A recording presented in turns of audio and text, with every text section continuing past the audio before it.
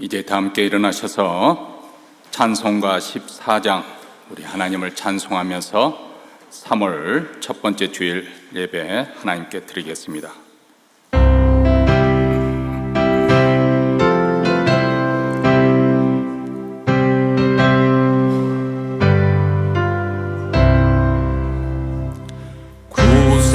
구세주를 하는 이들 찬송하고 찬송하세.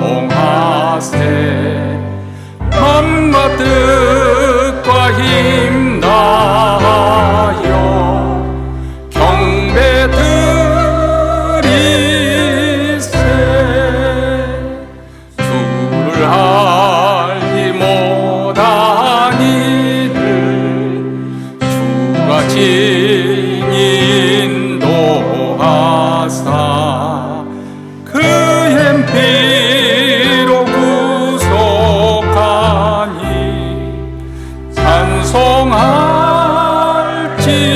찬송할지라. 약한 사람 도움받아 시험 중에 참게 되니 모든 죄를 이길 힘은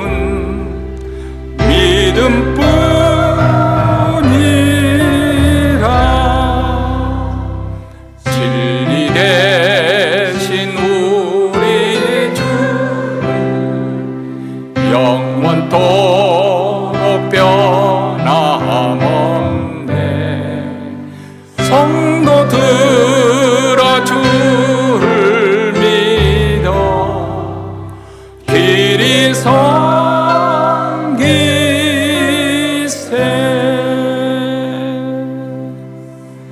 이 시간 우리 마음을 앞에서 하나님 앞에 기도합시다. 먼저 오늘 예배 가운데 하나님의 영광을 혁혁히 저희들에게 나타내 주셔서 우리 하나님의 살아계신 것과 하나님의 임재가 생생하게 느껴지게 하시고 하나님을 만나는 사건이 일어나는 예배, 하나님을 만나고 돌아갈 수 있도록 우리 하나님의 영광을 구하는 기도를 드리겠습니다. 우리 교회뿐 몬트레는 모든 교회들, 특히 우리 한익교회 주일 예배 가운데 하나님의 영광으로 저희들을 압도하여 주시고 그 거룩한 귀한 빛에 사로잡혀 하나님을 경험하는 축복된 시간이 될 수 있도록 하나님의 영광을 구하는 기도를 드리겠습니다. 두 번째로는 그 영광에 비친 우리 인생이 얼마나 비천하고 비루하고 어리석고 망령된 것인지 하나님 우리 인생을 다시 한번 자각하며 참회의 기도를 드리기를 원합니다. 한 주를 살면서 하나님 앞에 우리가 어리석고 망령된 말을 하고 우리의 생각과 마음으로 지은 모든 죄악들, 우리의 불신앙과 불순종의 죄들, 무엇보다도 하나님의 은혜를 받고도 감사치 못하고 원망불평하던 우리의 모든 언어들, 하나님의 사랑을 받고도 하나님의 사랑을 받지 않은 것처럼 행하는 우리의 어리석음과 미련함과 무지함을 주여 용서하여 주시옵소서. 이런 참회의 기도를 하나님 앞에 드리며 또 사죄의 은총을 구하는 기도를 이 시간 다 함께 마음을 앞에서 통성으로 기도하겠습니다.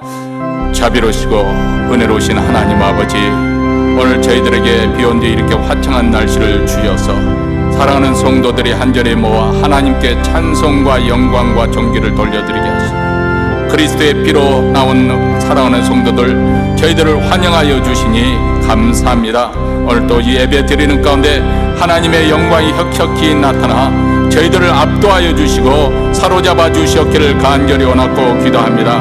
우리 교회뿐 몬트레는 모든 교회들, 특별히 한익교회 주님께서 은혜를 베풀어 주셔서 주의 영광의 빛으로 저들을 하나님의 임재가 생생하게 느껴지게 하시고 하나님을 경험하게 하여 주시고 하나님을 만나는 흔적을 안고 돌아갈 수 있도록 주의 영광을 나타내 주시옵시고 주님의 임재 속에 아버지 드려지는 예배가 되게 하시고 우리 예배가 하나님께 연락되는 주일 예배가 되어지기를 원하오니 주여 주의 영광을 나타내 주시고 주님을 보게 하여 주시옵기를 간절히 원하고 기도합니다. 오늘 이 시간에는 참회의 기도를 하나님 앞에 또 드립니다.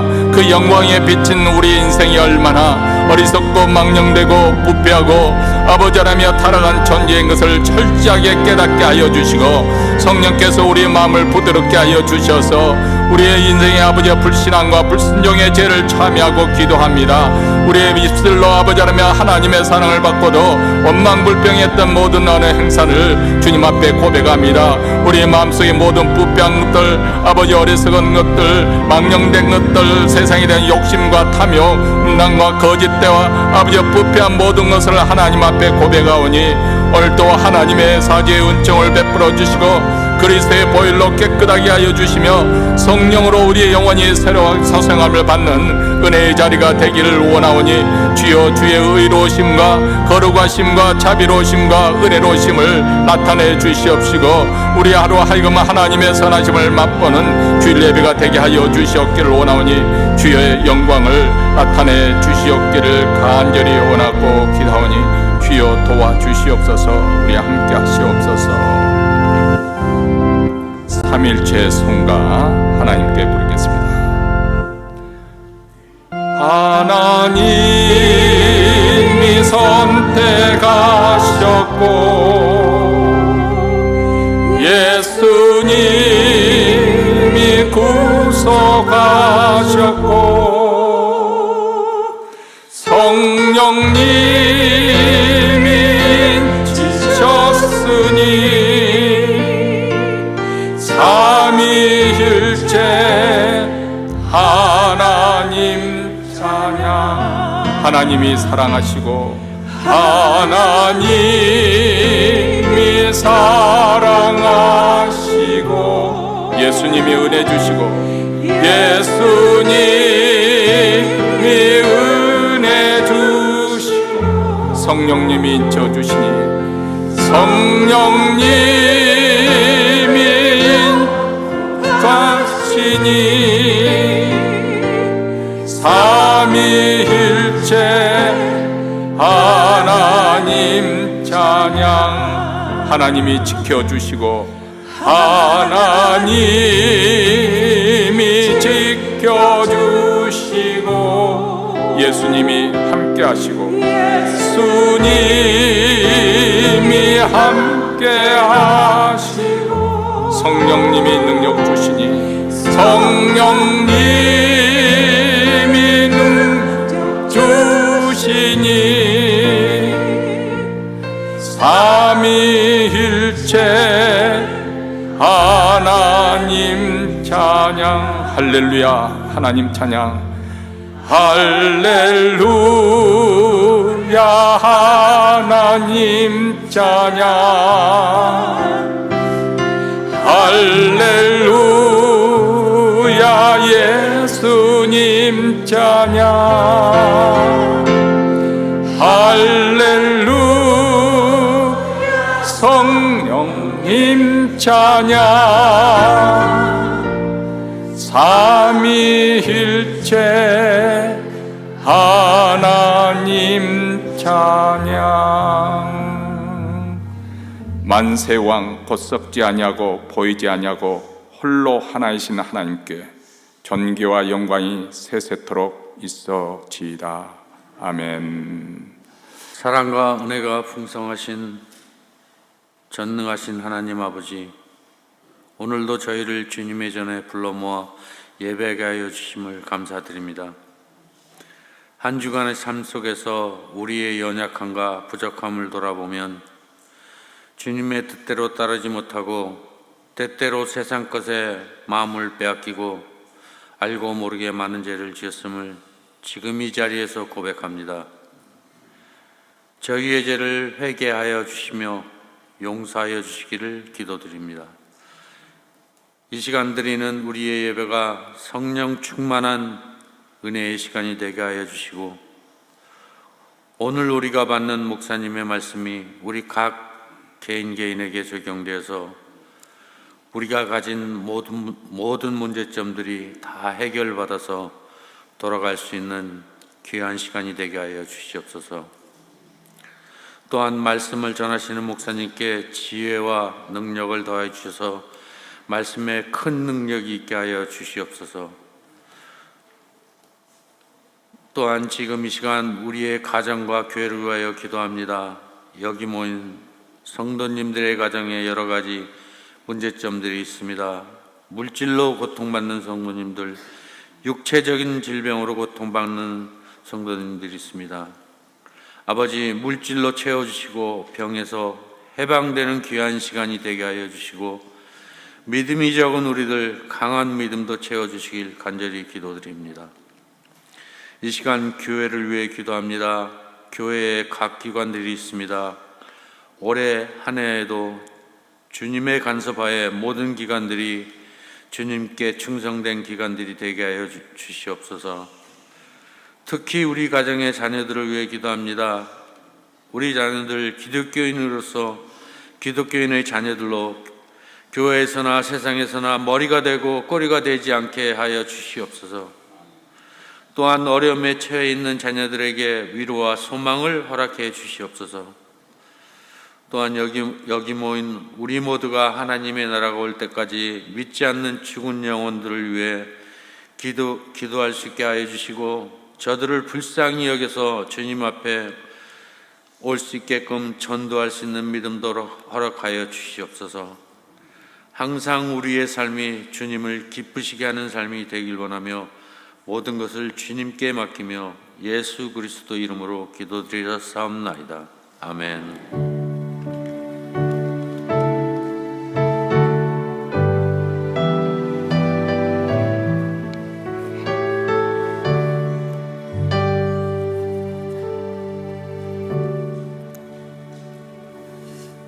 하나님 말씀은 하박국서 2장 1절부터 3절 말씀, 우리 다 같이 2장 1절부터 3절 말씀, 죄송합니다. 우리 헌금 찬송 429장입니다.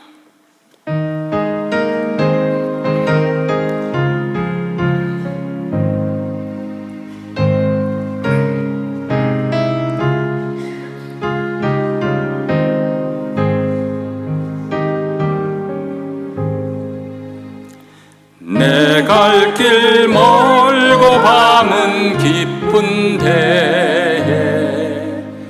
빛 대신 주 저 본향 집을 향해 가는 길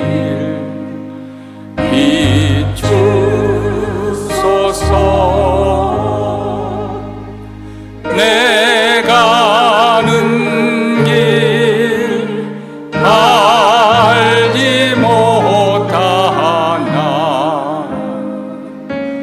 한 걸음씩 늘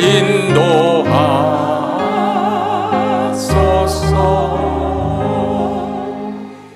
이전에 방탕하게 지낼 때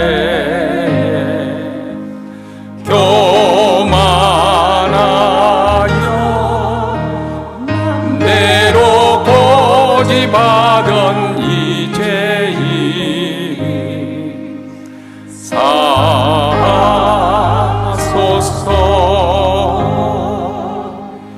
내 지은 죄 다 기억마시고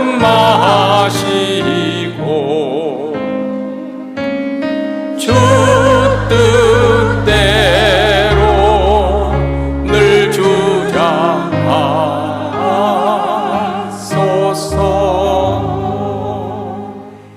이전에 나를 인도하신 주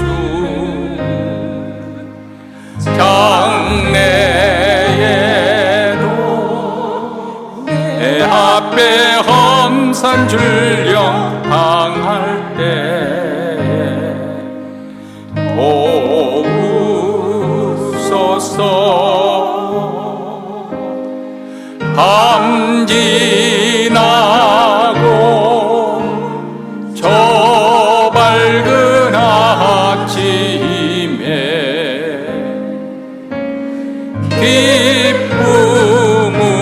기쁨으로 내 주를 만나리.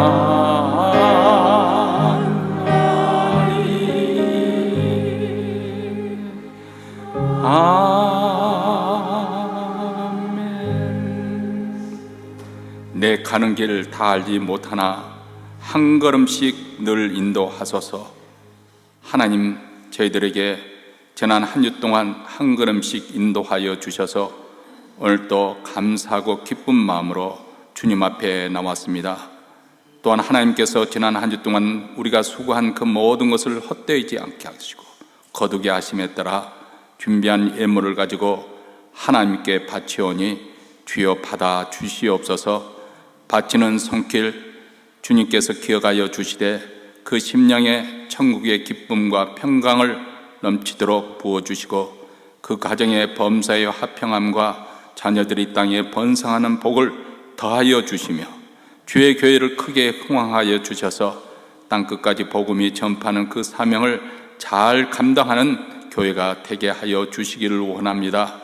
오늘도 하나님, 세상에는 여러 곰핍하고 굶주리고 헐벗고 또 억압과 탄압 속에서 전쟁 포화 속에서 벌벌 떨며 하루하루 생존을 살아가는 그런 어려움 가운데 있는 사람들이 많이 있다는 것을 하나님, 저희들 하여금 기억하게 하여 주시고, 하나님, 저희들의 입술에서 원망 대신에 항상 하나님의 은혜를 기억하며 감사하며 하나님께 영광 돌려드리는 우리의 하루하루 생활이 되게 하여 주시고, 또 한 주도 이러한 믿음으로 살아갈 때 우리 하나님께서 넘치는 복으로 허락하여 주시기를 간절히 원하고 우리 구주 예수 그리스도 이름으로 기도하옵나이다.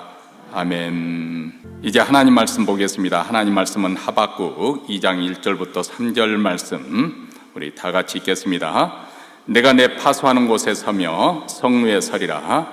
그가 내게 무엇이라 말씀하실는지 기다리며 바라보며 나의 질문에 대하여 어떻게 대답하실는지 보리라 그리하였더니 여호와께서 내게 대답하여 가라사대 너는 이 묵시를 기록하여 판에 명백히 새기되 달려가면서도 읽을 수 있게 하라.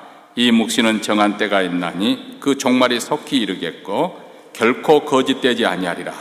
비록 더딜지라도 기다리라. 지체되지 않고 정령 응하리라. 아멘.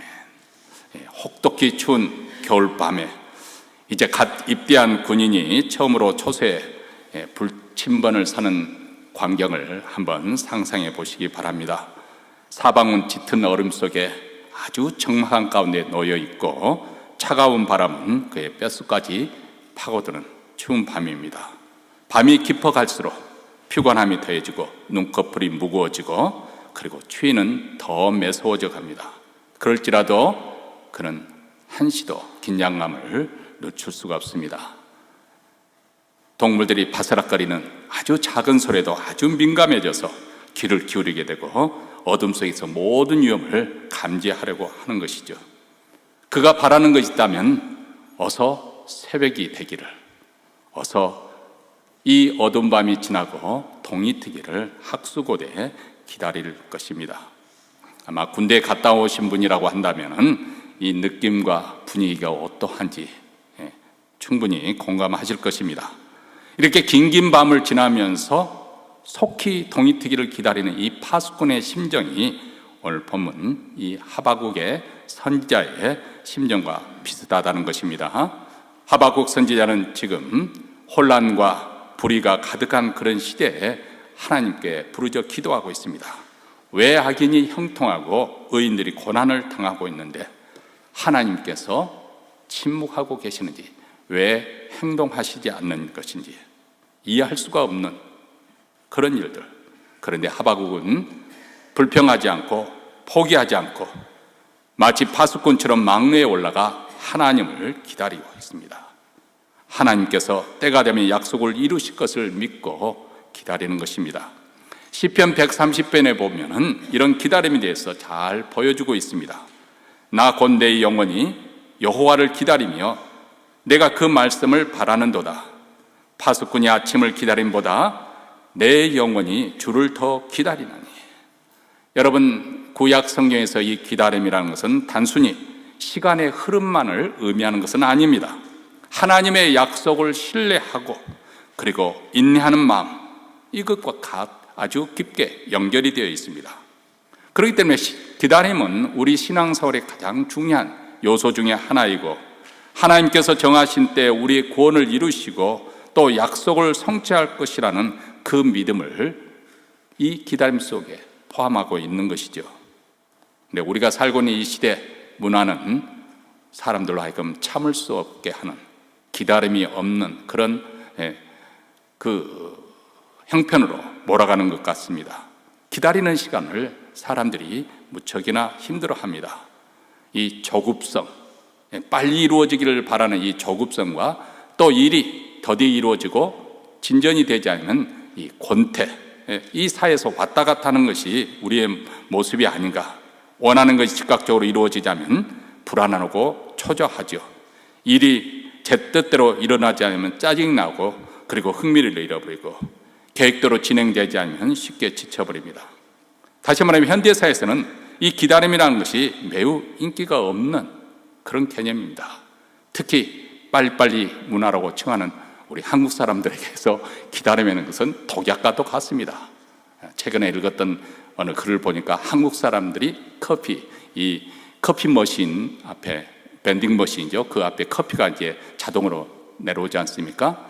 그런데 한국 사람들은 대부분 경우에 그 컵이 내리면 그 컵을 아주 커피가 내려오기도 했는데 컵을 붙잡고 있다는 거예요.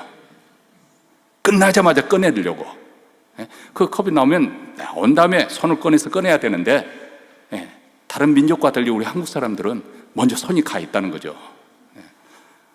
지금 우리 박종철 목사님이 우리 교회 음향 시스템을 해주기 위해서 여러 차례, 예전부터 계속 내려와서 요즘도 계속 내려와서 도와주고 있는데, 2층에 이제 컴퓨터가 너무 슬로인 거예요. 와이파이도 늦게 터지고, 그리고 또 아래층에 있는 제 오피스에 있는 컴퓨터도 산지가 오래돼서 너무 슬로다.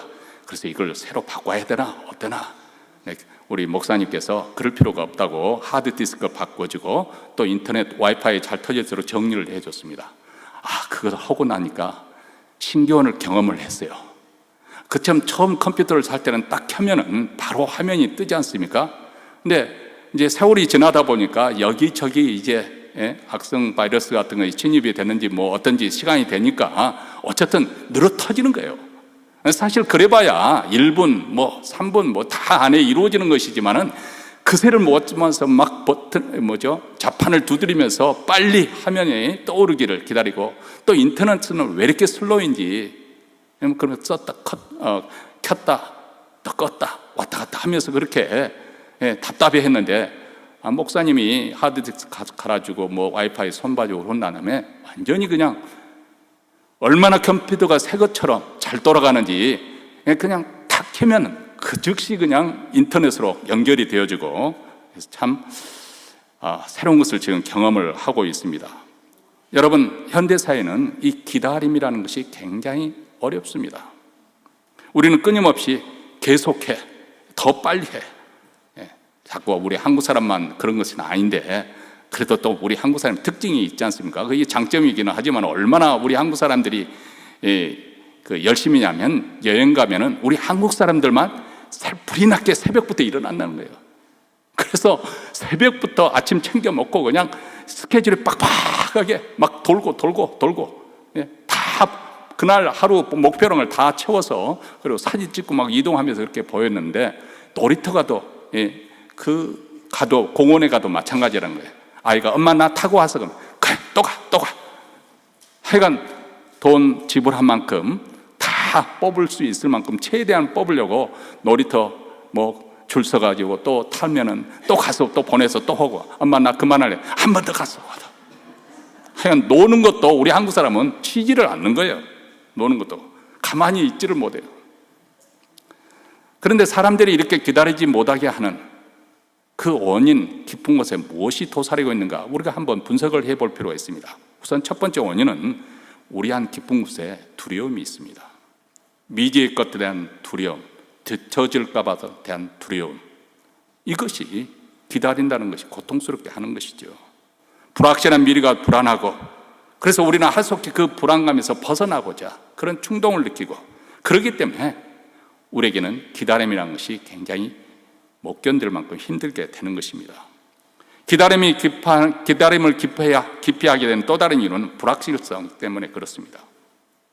우리가 원하는 것을 언제 어떻게 얻을 수 있는지 알 수 없기 때문에 이 기다림이 막연하기 때문에 고통스러운 것이죠. 그저 시간 낭비라고 사람들은 생각하는 것입니다. 그래서 우리가 원하는 대로 빨리 이루어지기를 소원하면서 그 과정에서 끊임없이 우리는 성과를 내기 위해서 부단히 노력을 하는 것이죠. 그런데 이런 개인적인 이유 때문만 우리가 기다리는 것을 힘들게 하는 것은 아닙니다.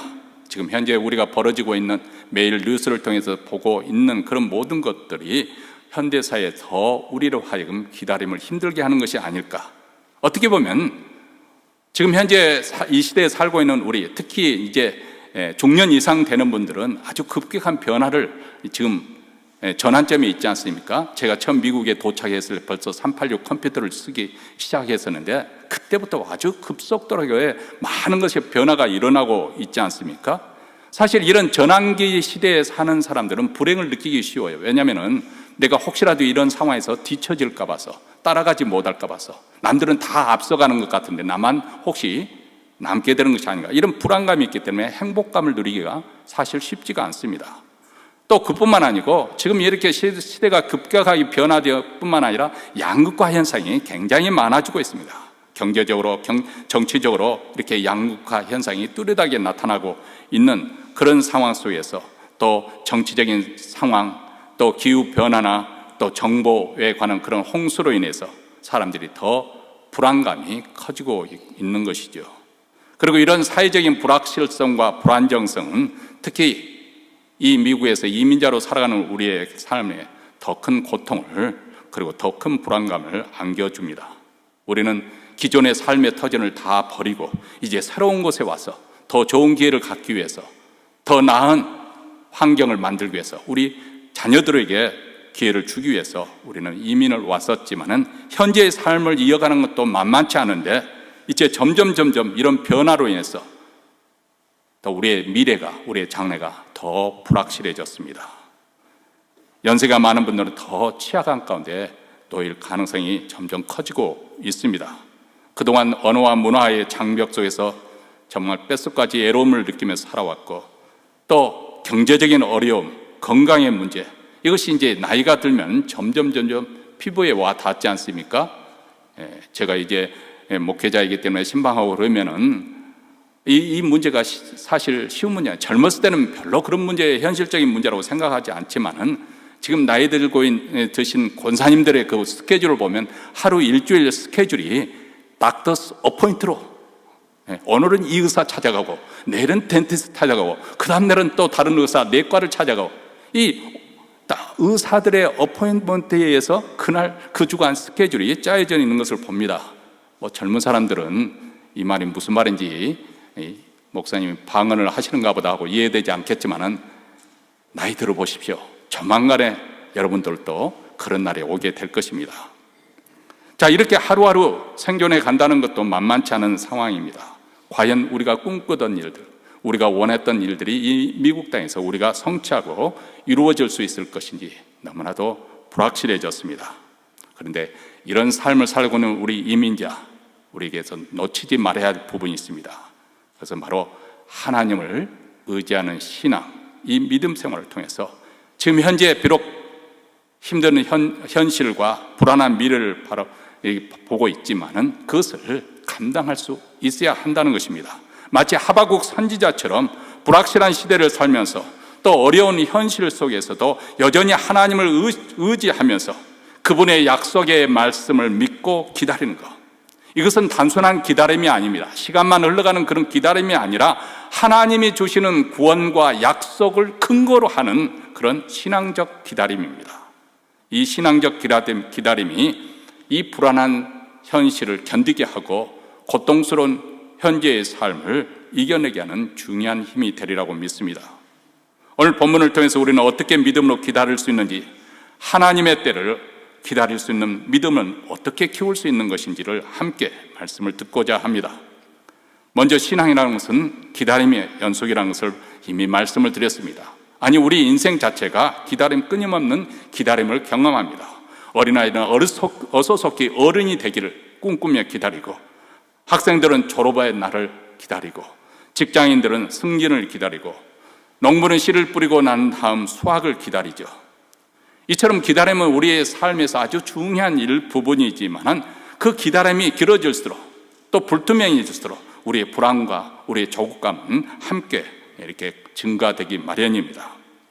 그런데 성경에서는 우리 신앙의 가장 중요한 것이 이 기다림이라는 것을 우리에게 가르쳐주고 있죠.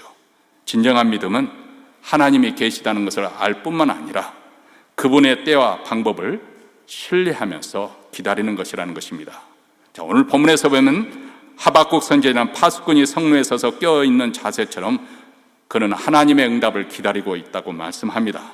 자, 이 모습 속에서 우리는 신앙의 모습이 무엇인지, 신앙의 기다림이 무엇인지, 우리가 어떻게 기다렸는지 한마디로 그 인상을, 그 그림을 그려주고 있지 않습니까? 단순히 기다리고 있는 것이 아니라 파수꾼의 파수하는 곳에 섰으며 망루에 서리라, 이렇게 말합니다. 자, 이 표현은 군사적인 의미를 가지고 있을 뿐만 아니라 이 파수꾼이라는 것은 적의 움직임, 동태를 감시하는 것인데 얼마나 그 임무가 중요한지 모릅니다. 온 신경을 곤두세우고 적의 적정을 살피고 아주 주의 깊게 또 집중해서 그렇게 하는 모습을 보여주고 있는 것이죠. 그러니까 기다림이라고 해서 그저 시간이 흘러가기를 가만히 있는 것이 아니라 여기에 보면 파수꾼처럼 하나님께 집중하면서 영적으로 껴있는 상태, 그것을 이야기하고 있는 것이죠. 성경에서는 이 파수꾼의 역할이 얼마나 중요한지 선지자의 역할을 파수꾼에 비유해서 말을 합니다. 에스겔서 3장과 33절에 보면 하나님께서는 에스겔을 이스라엘의 파수꾼으로 세우셨다. 그래서 그로 하여금 백성에게 하나님의 말씀을 전할 책임을 부여하셨습니다. 에스겔서 3장 17절부터 19절이 이렇게 말합니다. 인자여, 내가 너를 이스라엘 족속의 파수꾼으로 세웠으니 너는 내 입의 말을 듣고 나를 대신하여 그들을 깨우치라. 가령 내가 악인에게 말하기를 너는 꼭 죽으리라 할 때 내가 깨우치지 아니하거나 말로 악인에게 일러서 그 악한 길을 떠나 생명을 구원케 하지 아니하면 그 악인은 그 죄악 중에 죽으리하니와 내가 그 핏값을 내 손에서 찾을 것이고, 내가 악인을 깨우치되 그가 악한 마음과 악한 행위에서 돌이키지 아니하면 그는 죄악 중에서 죽으려니와 너는 내 생명을 보존하리라. 자, 여기 보면 선지자는 파수꾼처럼 하나님의 말씀을 기다리고 그 하나님의 주신 말씀을 백성에게 전달하는 그런 역할을 합니다. 이 선지자의 기다림은 그러기 때문에 하나님의 구원의 약속을 전하는 임무와 아주 밀접한 관계에 있는 것이죠. 자, 한마디로 오늘 여기 본문의 9절에서 하시는 말씀은 내가 파수꾼의 역할을 감당해서 하나님 말씀을 그 악인에게 전언했는데 그 악인이 그 말을 듣고도 돌이키지 않으면 그는 죄악 중에 죽을 것이다.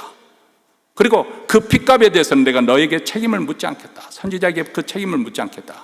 그런데 내가 그 악인에게 경고의 말을 전하지 않음으로써, 하나님께서 주신 그 말씀을 그에게 깨우치지 않음으로써 그 악인이 자기의 죄악 중에 죽었다고 하면 그 사람의 핏값은 내가 내게서 찾겠다.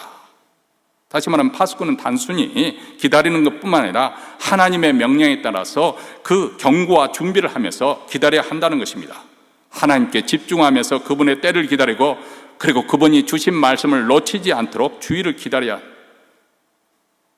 우리도 기다림 속에서 기도와 말씀을 통해서 우리도 항상 깨어 있어가지고 하나님의 말씀, 하나님의 뜻을 구하면서 깨어 있어야 됩니다. 여러분, 성경에 나오는 모든 신앙의 사람들은 이런 기다림의 과정을 지났다는 것을 우리는 너무나도 잘 알고 있습니다.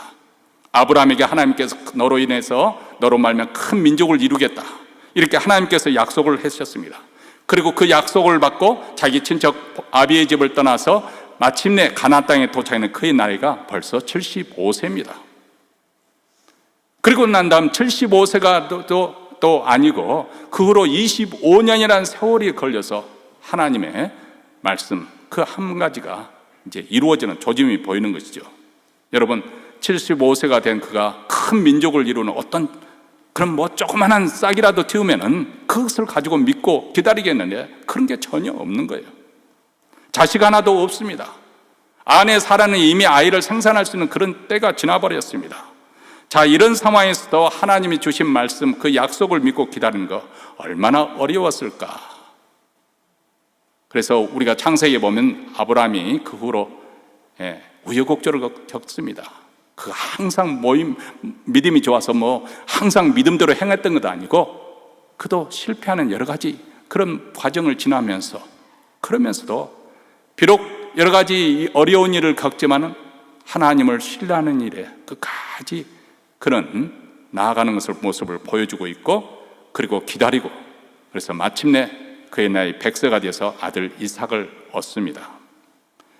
요셉은 어린 시절 하나님으로부터 자신의 미래에 대한 꿈을 받았습니다. 그래서 자기가 꾸고자 하는 것이 아니라 하나님께서 그로 하여금 꾸게 하셨어요. 그의 앞으로 되어질 일에 대해서 또 그를 통해서 이루어질 일에 대해서 하나님께서 예시된 그런 꿈을 꾸게 하셨습니다. 그런데 형들의 질투로 인해서 종으로 팔려갔습니다. 지금 눈앞에 벌어지고 있는 이 현실은 하나님께서 그에게 주신 그 꿈과는 전혀 다른 오히려 엉뚱하게 그 꿈과는 멀어지는 것처럼 그렇게 벌어지고 있습니다. 자, 시편에 보면 그 상황을 이렇게 설명하고 있습니다.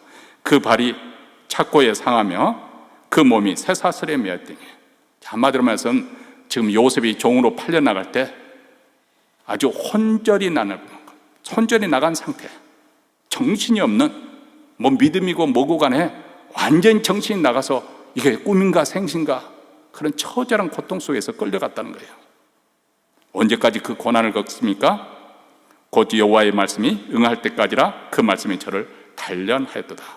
하나님이 주신 꿈, 그 말씀이 응할 때까지, 이루어질 때까지 혹독한 고난을 통해서 연단을 받았다는 것입니다. 그런 과정에서 13년 동안 요셉은 하나님의 때를 기다렸던 것이죠. 아니, 기다려야만 했던 것이죠. 모세는 40년을 광야에서 훈련받았습니다. 그의 나이 40대에 이스라엘 백성들을 구원하고자 하는 그런 마음이 생겼다가, 그래서 자기 방식대로 그 일을 이루려다가 오히려 살인자로 몰려서 그는 미디안 광야로 도망쳤죠. 그 후 40년을 광야에서 목자로서 살았습니다. 양을 치는 목동으로 살았습니다. 그 40년이라는 기간 동안은 모세라는 존재가 완전히 사람들 내리 속에 화려했던 그 과거의 모든 것들이 다 잊혀져 버리는 그런 시간이고, 자신의 무능과 무력함을 철저하게 실감하는 시간이고, 그리고 뿐만 아니라 완전히 하나님께 항복하는, 그래서 하나님의 뜻에 완전히 순복하는 그런 시간 40년에 겹치면서 훈련을 받습니다. 여러분, 하나님은 오늘 또 우리의 기다림 속에서 인내의 미덕을 배우게 하십니다. 비록 기다림이 지루하고 어려운 시간으로 느껴지기도 하지만 그 기다림 속에 하나님께서 우리를 다듬어 가시는 것이죠.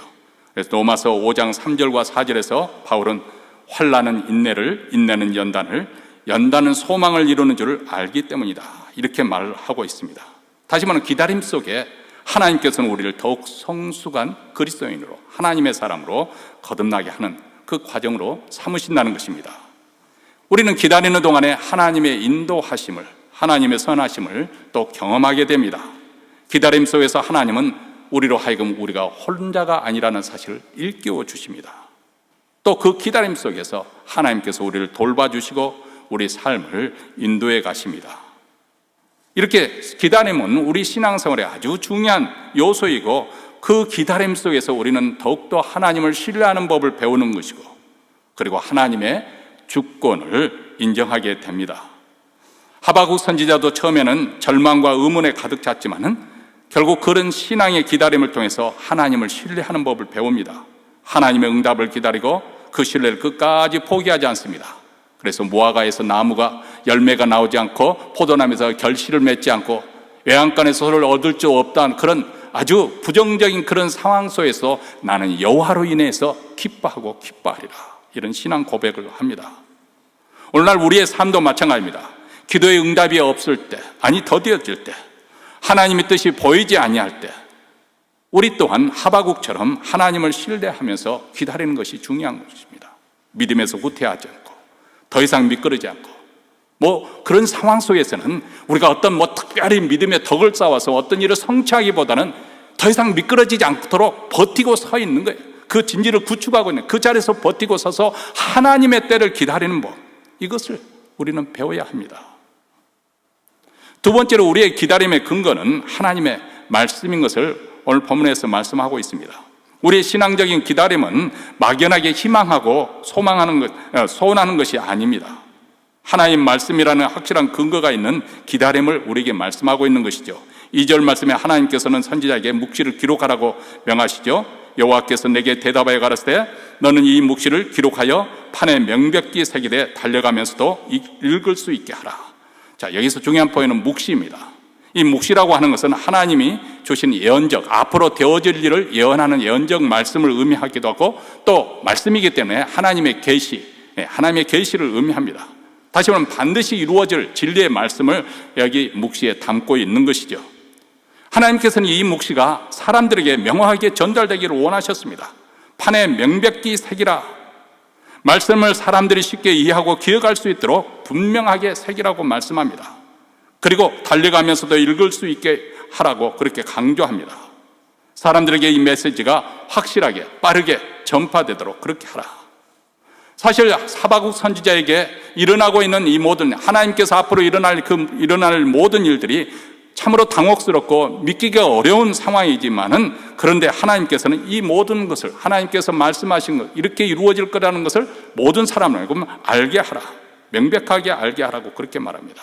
왜냐하면 그렇게 함으로써 이 모든 일이 우연히 되어지는 것이 아니라 이 역사의 진전이 결코 우연의 연속 속에 되어지는 것이 아니라 하나님의 주권 아래서 이루어지고 있다는 것을 사람들로 하여금 보고 깨닫도록 하기 위해서 하박국 선지자에게 주어진 하나님의 말씀, 이 말씀이 주신 묵시, 이 말씀이 선지자의 기다림과 소망의 근거입니다. 약속의 말씀이 성취될 것을 믿기 때문에 우리는 소망하면서 기다리는 것입니다. 자, 여기서 주로 성경에서는 소망한다, 이 영어 단어는 hope이라는 단어를 씁니다. 이것은 소원과 구별되게 해서 소원이라는 것은 wish, 내가 바라는 것을 말합니다. 내가 인간적인 바람, 욕구, 가령해서 내가 건강하게 해주세요, 또 좋은 직장 얻게 해주세요. 이것은 우리의 소원을 하나님께 아뢰는 거예요. 뭐 이것 자체가 나쁘다, 잘못됐다는 것이 아닙니다. 근데 내가 특정한 어떤 목적이나 결과를 얻기 위해서 내가 원하는 것들을 아뢰고 기도하는 것, 이게 바로 소원하는 기도죠. 근데 그렇게 되다 보니까 결과적으로 보면 그 성격 출발부터가 자기 중심적인 그런 성향을 갖게 되는 것이고, 그래서 이 소원이라고 하는 것은 어떻게 보면 내가 하는 위시, 원하는 것을 말하는 것이지 확실한 근거가 없는 거죠. 그래서 우리가 이를 통해서 어떤 확신이나 평안을 얻기가 어려운 것입니다. 반면에 소망은 하나님의 말씀과 뜻에 의한 신뢰와 기대를 담고 있습니다. 단순히 바라는 것이 아니라 하나님의 약속, 그분이 신실하시기 때문에 거짓말을 하실 수 없는 분이기 때문에 그분의 말씀 그대로 이루어질 줄 믿고 그 약속에 대한 신뢰를 바탕으로 기다리는 믿음을 우리는 소망이라고 하는 것입니다. 가령 우리가 천국의 소망, 이것은 우리 원하는 것, 이렇게 되었으면 좋겠다, 천국이 있었으면 좋겠다, 이게 아니라 우리 믿는 자들에게 예수 그리스도의 피로 구원함을 받은 자에게 확실하게 소망에 들어가는 이 소망, 이것은 개인적인 소망이 아니라 하나님 말씀에 근거한 확실한 믿음입니다. 성경은 소망을 단순한 기대가 아니라 확신에 찬 믿음에서 나온다고 그렇게 말합니다. 로마서 5장 5절에도 소망이 우리를 부끄럽게 하지 아니함은 우리에게 주신 성령으로 말미암아 우리의 하나님의 사랑이 우리 마음에 부은 바 됨이니. 히브리서 11장 1절도 믿음은 바라는 것들의 실상이요 보이지 않는 것들의 증거다, 그렇게 말합니다.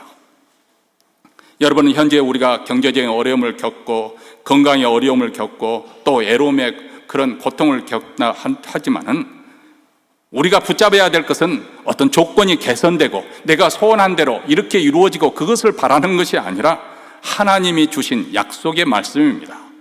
하나님의 약속의 말씀을 붙잡고 기다릴 때 우리는 흔들리지 않는 그런 기다림을 가질 수가 있습니다. 하나님께서 이미 우리에게 수많은 약속을 주셨지 않습니까? 히브리서 13장 5절에는 내가 너를 결코 버리지 아니하고 떠나지 아니하리라. 지금 세상은 돈이 전부인 것처럼 돈으로 모든 문제가 다 해결된 것처럼 하지만 너희는 하나님이 나를 믿으라는 거예요. 내가 너를 결코 버리지도 않고 떠나지 아니하겠다. 이사야서 40장 31절에도 여호와를 소망하는 자, 여호와를 간절히 바라는 자는 새 힘을 얻으리. 독수리가 날개치며 올라감 같을 것이요, 이렇게 약속하고 있습니다. 이런 약속의 말씀을 우리가 붙잡을 때 우리의 믿음은 흔들리지 않습니다. 우리의 기다림은 단순히 시간이 흘러가는 것이 아니라 하나님께서 약속하신 그 때가 올 것을 확신하고 기다릴 수가 있습니다. 왜냐하면 하나님은 반드시 약속하신 바대로 그 약속을 성취하실 것이기 때문에 오늘 본문 2절 말씀처럼 하나님의 묵시를 명백히 기록한 그 말씀으로 삼고 이 성경 말씀을 근거로 삼고 그래서 그 말씀에 소망을 두며 우리는 믿음으로 기다려야 하는 것이죠. 이어서 약속의 말씀은 반드시 이루어질 줄로 믿습니다. 3절에서 하나님은 이렇게 말씀을 하십니다. 이 묵시는 정한 때가 있나니 그 종말이 속히 이르겠고 결코 거듭되지 아니하리라. 비록 더딜지라도 기다리라. 지체되지 않고 반드시 응하리라. 자, 여기 이 묵시의 말씀은 앞으로 전개될 유대 왕국, 유다 왕국의 역사에 관한 예언적인 그런 메시지입니다. 자, 하박국이 살던 세대는 정말 불의가 득세하는 그런 시대였습니다. 불의가 강성하고 하나님을 믿는 사람들이 고통을 당하고 있는 그런 상황에 하박국 선지자의 간절히 소원하는 것은 하나님의 어서속히 공의를 회복시켜 주시옵소서. 그런데 하나님의 방식은 하박국 선지자가 원하는 것을 뛰어넘는 아주 파격적인 것이었습니다. 그것은 무엇이냐면 더 악한 바벨론 제국을 통해서 유다 왕국을 치겠다, 심판하겠다. 도무지 이해가 되지 않잖아요.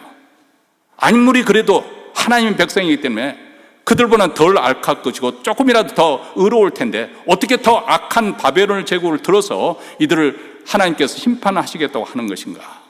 하나님 보시기에는 유다 백성들이 부분적으로 손을 봐서 될 일이 아니었습니다. 총체적으로 타락하고 부패했기 때문에 완전히 뒤엎어서 갈아엎어야 될 그런 상황입니다.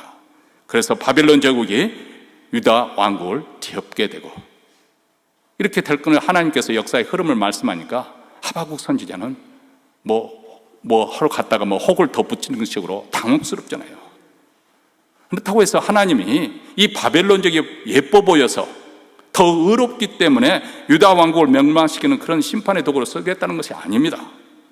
다만 하나님 백성들을 하나님의 백성이 유다 백성들이 하도 말을 듣지 않으니까 그들을 단련시키기 위해서 훈련시키기 위해서 바벨론 제국을 채찍으로 들어 사용한 사랑의 매로 들어 사용할 것이지만은 바벨론 제국은 한마디로 일회용입니다. 일회용은 무엇입니까? 한 번 쓰고 폐기용도 시키는 거예요. 폐기 처분시키는 거예요. 그래서 바벨론 제국도 신속하게 멸망하게 될 것이다. 그런 후에 유다 백성들이 하나님의 그 은혜로 자비하심으로 다시 고국으로 돌아오는 회복이 이루어질 것을 말씀합니다. 자, 이 말씀은 훗날 그 이스라엘 역사에 그대로 성취가 되어지죠. 바벨론은 메데파사, 이 오늘날 페르시아 제국에 의해서 멸망을 당합니다. 그리고 바벨론 포로로 끌려갔던 유다 백성들은 바사왕 고레스의 칙령에 의해서 그들이 다시 고국으로 돌아오는 하나님의 약속이 그대로 성취되는 것을 봅니다.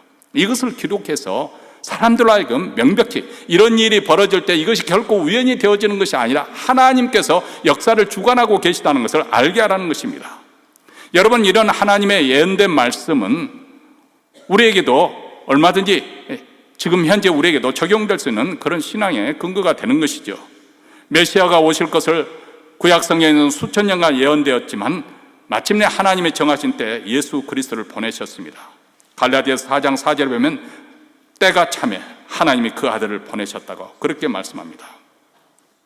2000년 전에 메시아 대신 예수님이 다시 오셨고 이제 또 한 가지 예언이 남아있는데 그것은 바로 우리 주님이 불온간에 다시 오시겠다는 약속입니다. 우리는 그날을 소망하면서 사는 것입니다.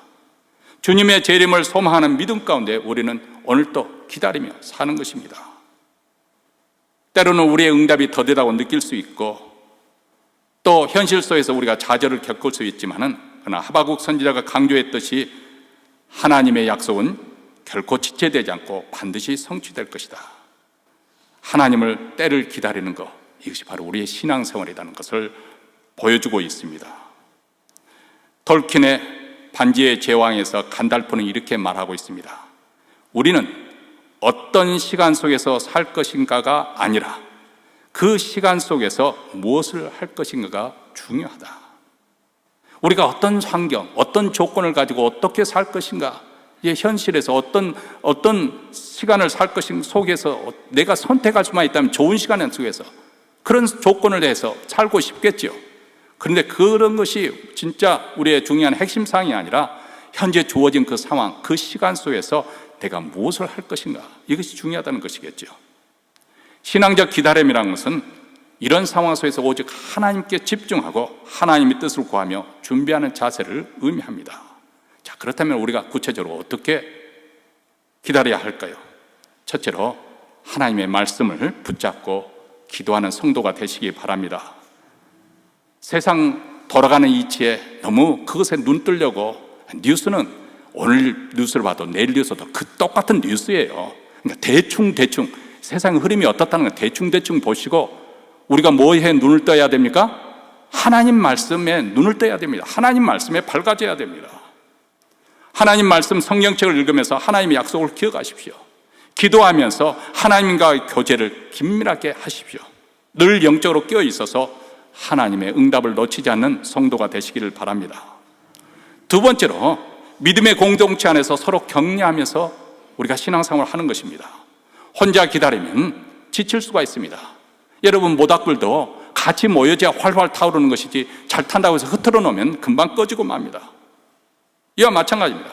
우리가 적극적으로 예배에 참여하고 성도의 교제, 목장모에 참여하고 서로 교제하면서 서로 붙잡아주고 격려해주고 세워주고 기도해주고, 이 신앙생활이 우리에게 참으로 중요한 것이죠.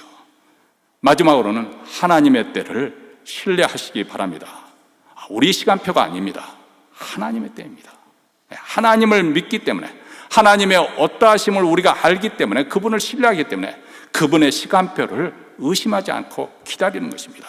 우리 하나님은 신실하신 분이십니다. 하박국처럼 우리도 믿음으로 기다리고 하나님의 때를 신뢰하는 성도가 되시기를 주의 이름으로 축원합니다. 기도하겠습니다.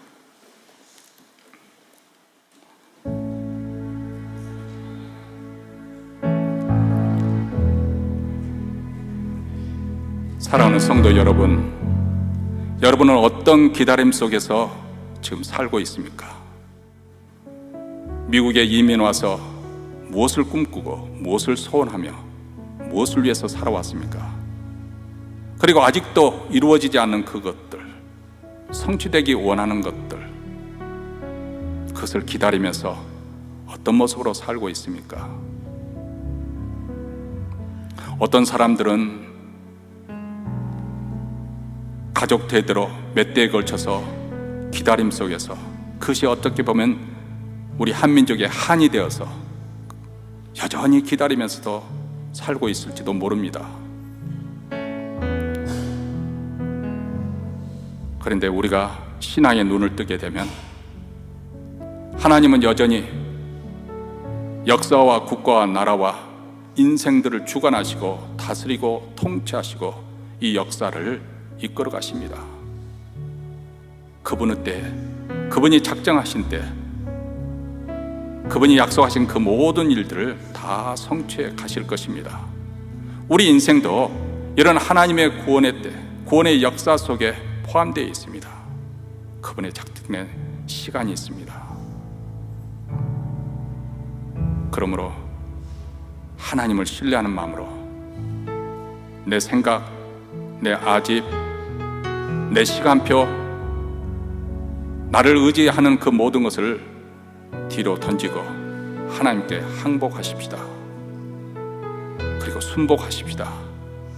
하나님의 뜻이 내 인생에 이루어지기를 원하고 하나님의 말씀대로 우리 가정이 세워지기를 원합니다. 하나님 아버지, 우리 삶에 있어서 기다림이 얼마나 힘들고 고통스러운 시간인지, 오랫동안 기도해도 응답되지 않는 그 시간들이 얼마나 힘든 시간인지, 그런데 하나님께서 이 기다림 속에 우리 인격이 연결게 하시고 우리 신앙이 성숙하게 하시니 참으로 감사합니다. 그리고 우리가 믿는 그 믿음이 결코 헛되지 않고 그 소망하는 대로 우리 주님께서 우리에게 구원을 주실 것이고 주님의 뜻이 이루어질 줄로 믿습니다. 우리의 기다림이 단지 시간의 흐름이 되지 말게 하시고 신앙적인 기다림이 되게 하여 주셔서 하박국처럼 하나님으로 인해서 기뻐하고 감사하고 그 은혜로 인해서 현실을 너끈히 이겨내는 신앙의 용사가 되게 하여 주시옵소서. 우리 구주 예수 그리스도 이름으로 기도하옵나이다. 아멘. 우리 다 함께 일어나셔서 결단한 마음으로 찬양하겠습니다. 주는 안전합니다. 가사의 의미가 바로 우리의 신앙 고백이 되기를 바랍니다.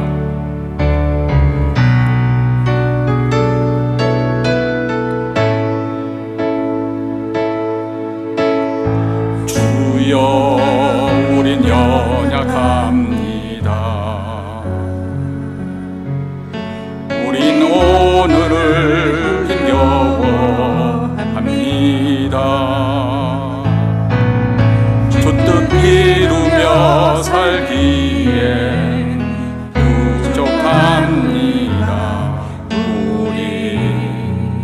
우린 연약합니다. 주여 우린 넘어집니다. 주여 우린 넘어집니다. 오늘 하루 또 실수합니다.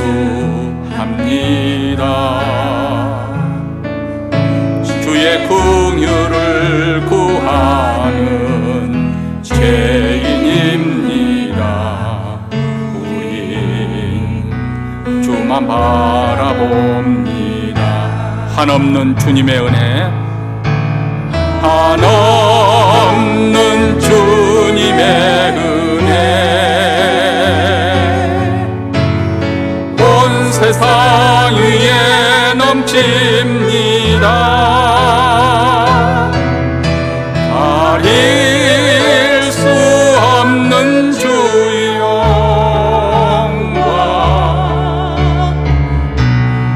온 땅 위에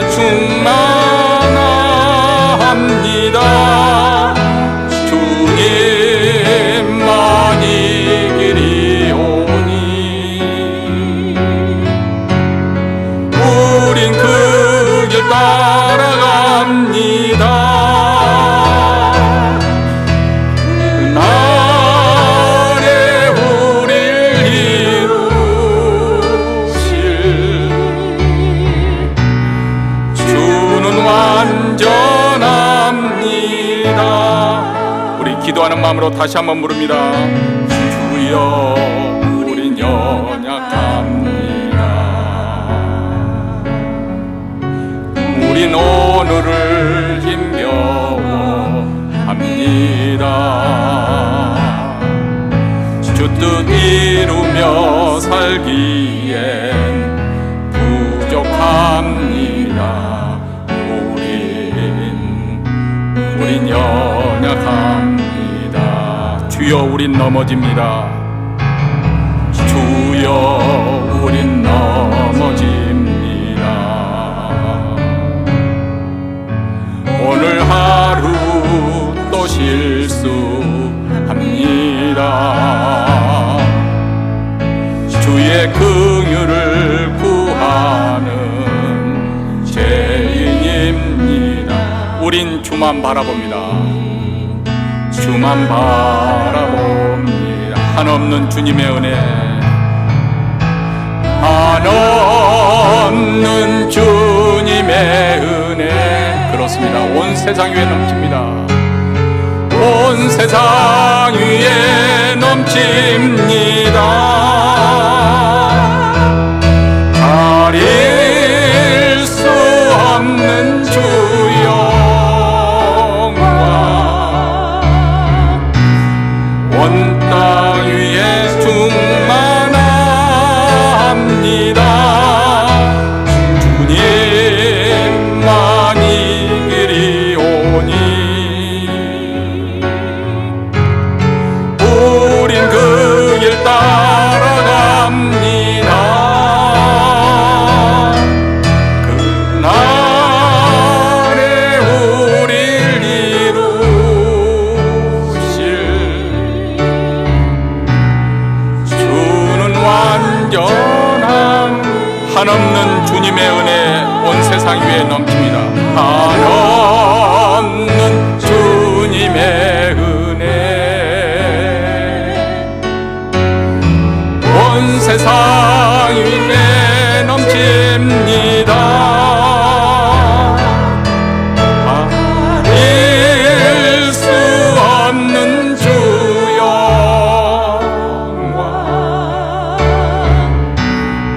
온 땅 위에 충만한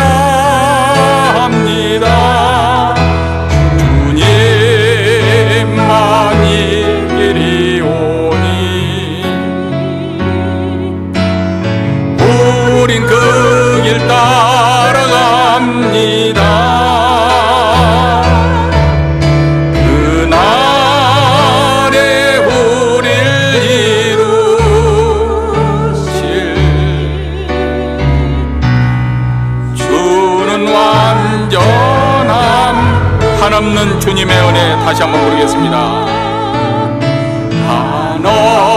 한없는 주님의 은혜 온 세상 위에 넘칩니다.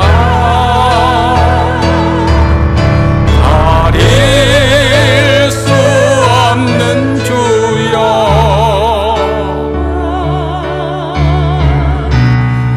온 땅 위에 충만합니다.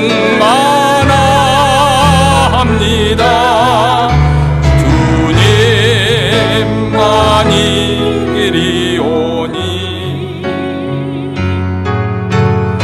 그 길 따라갑니다.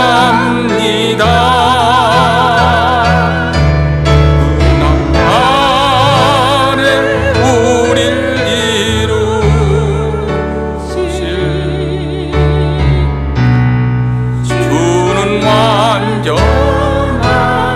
주는 완전합니다. 주는 완전합니다.